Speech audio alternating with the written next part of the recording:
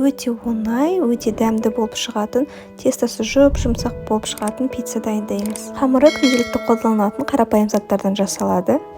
Енді пиццаны осы рецептпен ғана жасайтын болдым.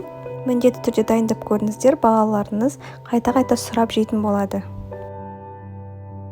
Ең алдымен қамырын дайындаймыз. Ол үшін ыдысымызға еліктен ұн өткізіп аламыз. Одан кейін ортасын ашып, жылы су, май, қант, тұз, дрожжи қосып, барлығын жақсылап араластырып, тестамызды илейміз.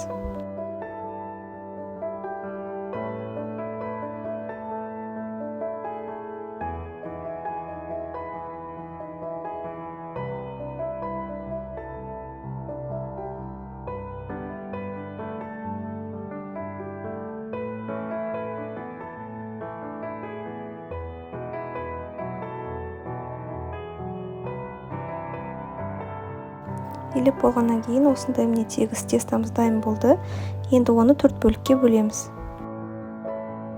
Одан кейін үстіне май жағып, көтерілгенше қойып қоямыз. Оған дейін начинкамызды дайындап аламыз.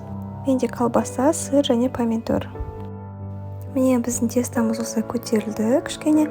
Енді пиццамызды жинаймыз. Дәміне қарай майонез бен кетчупты араластырып жағып шығамыз.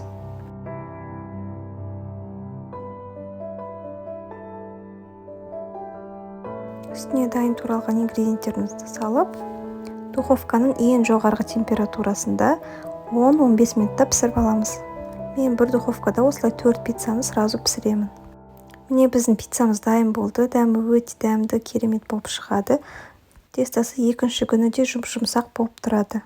Менің видеоларым ұнаса, лайк басып, комментарий жазуды ұмытпаңыздар. Каналыма тіркеліп, қоңыраушаны басып қойыңыздар. Ас болсын!